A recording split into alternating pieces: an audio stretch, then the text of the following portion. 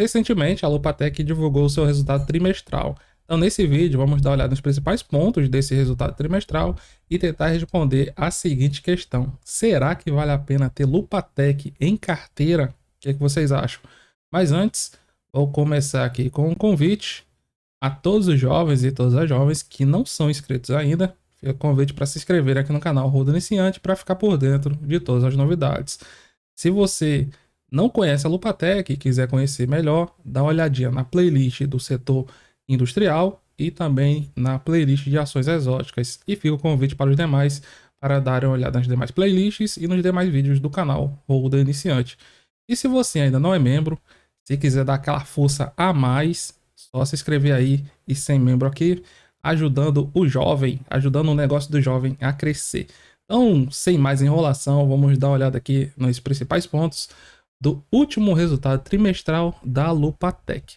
Vamos ver aqui, começando com a mensagem da administração para destaques. A companhia é uma empresa que está em recuperação judicial. Quem acompanha aqui no canal há um certo tempo já tem noção disso, né? Mas eu tenho que falar para quem já acompanha o canal e para quem chega aí de paraquedas. Então, dentro desse contexto de recuperação judicial, vamos ver aqui se ela está conseguindo apresentar melhorias ou não. E o que está melhorando, o que está piorando. Vamos começar aqui com a receita, né? A receita é a base de tudo. Então, vejo que no acumulado do ano, tivemos aqui um aumento de 76% na receita. Muito bom, jovens.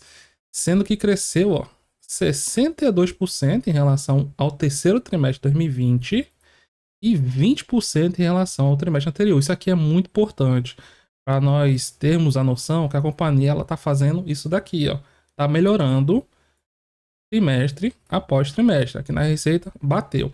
Expansão da carteira de pedido. Por que isso aqui é importante, carteira de pedido? Porque é ela que impacta mais para frente na receita, né? E consequentemente nos demais resultados da empresa. Então a companhia terminou aqui com 51 milhões de pedidos firmes, uma alta de 59% em relação ao trimestre anterior, quando estava ali, ó, com 32 milhões de pedidos. Muito bom. Isso aí é um dos pontos a ficar de olho. E aqui o EBITDA, que mede o resultado operacional, finalmente tendo aqui um EBITDA positivo. Não é lá essas coisas, porque a companhia realmente ela tem problemas aqui com o EBITDA, mas já é um começo, né?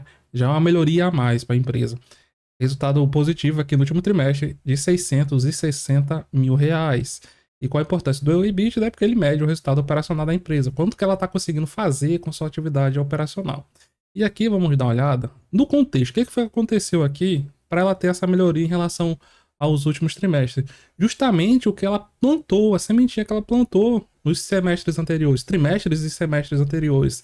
E sendo que nessa última divulgação é a primeira após aquele contrato de fornecimento de válvulas para um FPSO, como nós já acompanhamos aqui. Foi o fato relevante mais importante, quer dizer, um dos mais importantes, né, do terceiro trimestre. Então, com isso, a companhia pegou um contrato com mais ou menos 18 milhões de reais. É em dólar, né, mas convertendo dá isso. Então, esse contrato aqui, ele não refletiu ainda na melhoria dos resultados atuais, mas as melhorias, os contratos anteriores começam a dar fruto agora. Assim como após esse contrato de 18 milhões, a companhia conseguiu aqui, ó, mais 5 milhões e meio de contratos adicionais, ou seja, é aquela bolinha de neve, melhorias graduais, né?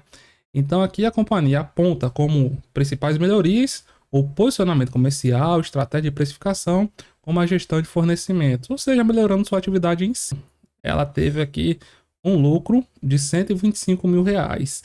121 mil, desculpa. Mas não foi em virtude do resultado dela. Tivemos aqui um não recorrente, jovens. Ó, 23 milhões. Aqui fruto de um outro fato importante que nós tivemos. Foi no terceiro trimestre, mas ele veio refletir agora. Se não fosse esse acontecimento aqui, a companhia não teria lucro. Então isso aqui tem que ficar bem claro, certo? O que nós temos que observar é que no conjunto a companhia está apresentando melhorias. Inclusive, nessas melhorias, vamos destacar aqui a recuperação judicial da empresa, que teve aqui nos últimos capítulos um acontecimento muito importante, e foi o fim do Chapter 15, conforme nós já estamos acompanhando aqui. Se você quiser dar uma olhada melhor nesse Chapter 15, dá uma olhada na playlist de ações exóticas e do setor industrial. E agora, a próxima etapa para sair da recuperação judicial é apenas vir a ordem da justiça, porque a companhia informa que está fazendo o que ela vinha fazendo nos outros trimestres, assistindo o administrador judicial no fornecimento de informações referentes ao processo necessário para encerrar a recuperação judicial. Então vamos aqui para a parte operacional, desempenho econômico financeiro, receita. O importante é nós observarmos isso. 9 primeiros meses desse ano com o ano anterior, aumento.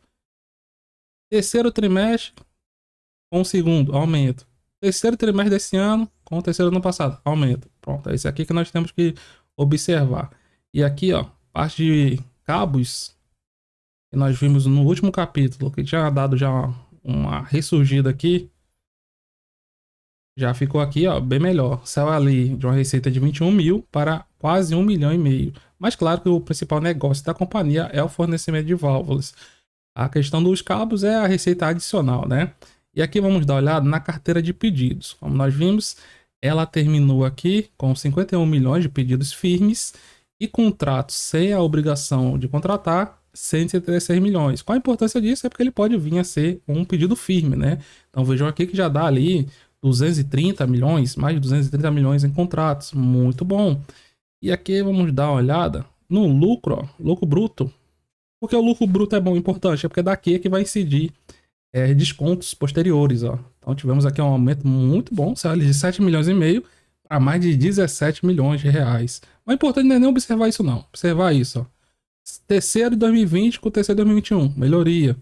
Segundo 2020, terceiro de 2021, melhoria também. É isso que nós temos que ficar ligado. E aqui vamos dar uma olhada nas despesas. As despesas da companhia estão sob controle? Olha, deu uma aumentadinha aqui, mas ela está atrelada ao crescimento da receita. Então é normal, não tem nada de fora do rumo aqui. E aqui, vamos ver outro ponto, despesas administrativas.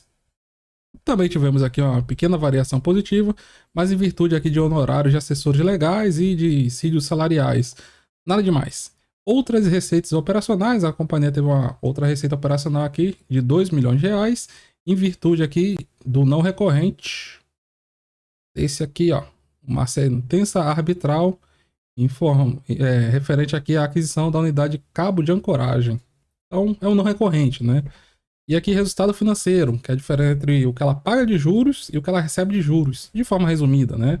Receita financeira, ela teve aqui o impacto também de um não recorrente. Atualização monetária sobre crédito PIS e COFINS, sobre o ICMS, valor presente sobre a dívida da recuperação judicial, reconhecimento do ganho da sentença arbitral da unidade de cabos. E aqui, esse último representando um aumento de 97% em relação ao trimestre anterior. Então, no mais e no menos, a companhia teve aqui, resumo financeiro líquido total. Nos 9 primeiros meses ainda está negativo, em 4 milhões, melhorou bastante em relação ao ano passado, quando era negativo em 68. E agora no terceiro trimestre, 3 milhões e 800 mil positivo contra 10 milhões negativo no ano passado. Então, o importante aqui é ver isso, melhoria. Também dando a melhoria aqui, quer dizer, no caso, piorou um pouquinho, né? Em relação ao trimestre anterior, quando tinha sido de 10 milhões. E aqui também temos impactos do câmbio. Um trimestre impacta mais, outro trimestre impacta menos. E aqui vamos dar uma olhada no EBITDA. O EBITDA ajustado, ele aumentou 54% em relação ao trimestre anterior. E aqui vamos ver, a composição do EBITDA. E dá para nós vermos de forma mais detalhada. E primeiro vamos ver o que impactou aqui o EBITDA. Temos aqui provisões para perda de recuperabilidade de ativos, aqui a questão contábil, atualização de processos contingentes, ociosidade de produção e despesas extraordinárias ligadas à recuperação judicial. E aqui eu destaco o seguinte, temos dois EBITDAs aqui praticamente, né? Temos dos produtos, que são as atividades que ela executa, e temos a questão aqui dos serviços. Serviços está descontinuado. Ela apenas executa o que já estava contratado. Aqui são resquícios, né? E aqui é o EBITDA total, 660 mil positivo. Veja que das atividades dela, o EBITDA é positivo. Do que foi descontinuado é negativo. Então a tendência, quando esses serviços descontinuados deixarem de impactar, é que ela apresente um EBITDA melhor. Que inclusive é um dos últimos, é um dos calos, né? No sapato da empresa. E aqui temos, ó, capital de giro. Deu uma subida muito boa. O que é o capital de giro? É aquele dinheiro que ela tem para usar no curto prazo. Subiu ali de 57 milhões para mais de 114 milhões. Mas aqui também impactado pelos créditos do PIS e COFINS sobre o ICMS e o processo arbitral lá da Cordoaria São Leopoldo Limitada. Então tivemos não recorrentes também. Em caixa, como é que foi a situação do caixa? O caixa deu uma diminuidazinha, caiu ali de 18 milhões para 16 milhões de reais. Isso aqui não é bom. E endividamento. Endividamento, jovens, subiu também. A companhia saiu ali de 110 milhões para 122. O que foi que ocasionou esse aumento do endividamento da empresa? Atualização dos saldos da recuperação judicial, consumo de recursos do capital de giro, captação de recursos junto às instituições financeiras para financiar suas atividades. Ou seja, ela teve que recorrer a empréstimos. Então, faz parte, né? Para ela crescer, para ela continuar produzindo, ela precisa de capital para financiar suas atividades. E agora vamos dar uma dadinha aqui, ó. Balanço patrimonial, caixa, como nós vimos, tivemos uma diminuída. Mas aqui importante é olhar o patrimônio líquido, ó. Que nesse trimestre deu uma aumentada, voltou a dar uma aumentada. Então, ali de 118 milhões para 133 milhões. Qual a importância do patrimônio líquido? É porque é ele que mede a diferença entre os ativos e os passivos. Quanto maior, melhor, né? Então vejo que ela conseguiu dar uma melhorada aí na diferença entre os ativos e os passivos. E aqui vamos dar uma olhada no seu fluxo de caixa, ou seja, a diferença entre o que sai e o que entra no caixa. Tá entrando ou tá saindo dinheiro do caixa? Tá saindo. A companhia não consegue gerar caixa com suas atividades, ó. Saiu aqui, ó, negativo em 6 milhões e meio. Aqui é o caixa das suas atividades operacionais. Mas o caixa total mesmo é que vai envolver empréstimos e outras coisas. Deu aqui uma saída, quase 2 milhões negativo. Por isso que caiu lá de 18 para 16 milhões. Então isso aqui é uma coisa que também não é lá muito positivo, não. O bom é ela conseguir gerar caixa, né? Ter um saldo positivo. Mas é aquela coisa, ela está aqui num processo de recuperação judicial. O que faz com que as ações sofram aqueles pipocos, né? Porrada para cima, porrada para baixo. No último pregão, ó, tivemos aqui, em relação às porradas que ela dá, não podemos nem chamar de porrada. A queda aqui de 5%, mas também no último pregão foi um pregão assim mais corretivo no mercado como um todo. O Ibov, que é o principal índice da nossa bolsa, caindo ali 1%, pouco mais de 1%. E a Lupatec continua aqui numa região muito importante, que é a faixa dos R$ 8. Caso rompa aqui os R$ 8, próxima parada ali na região dos 9. Estamos aqui, ó, nessa parte de baixo. Vou botar aqui em amarelo. Porque aqui foi a região de preço que bateu em maio e junho, ó. Ela já tá por aqui, ó, nessa parte de baixo. E a parte de cima é os 9. E quem sabe ela alcança ali 11,86, região que bateu em maio. E aqui que eu chamo a atenção, região de defesa, no atual momento, tá aqui, ó, mínima R$ 7. Perdeu R$ 7, já pode vir buscar aqui essas regiões mais abaixo. E lembrando que aqui é uma empresa que está em recuperação judicial. Se for colocar algum dinheiro aqui, cara, tem que ter cuidado, tem que ter parcimônia, dividir, ó, botar um capital pequeno, porque se der ruim, você dá ruim com uma pequena parcela do seu capital. Tem que ter muito cuidado, certo? Mas dentre as empresas de recuperação judicial, ela é uma das que tem um bom potencial, na minha opinião. Agora eu gostaria de saber de vocês, o que vocês aguardam aí da Lupatec e suas ações nas cenas dos próximos capítulos. Se gostou, deixa o like. Muito obrigado a todos, tudo de bom e até mais.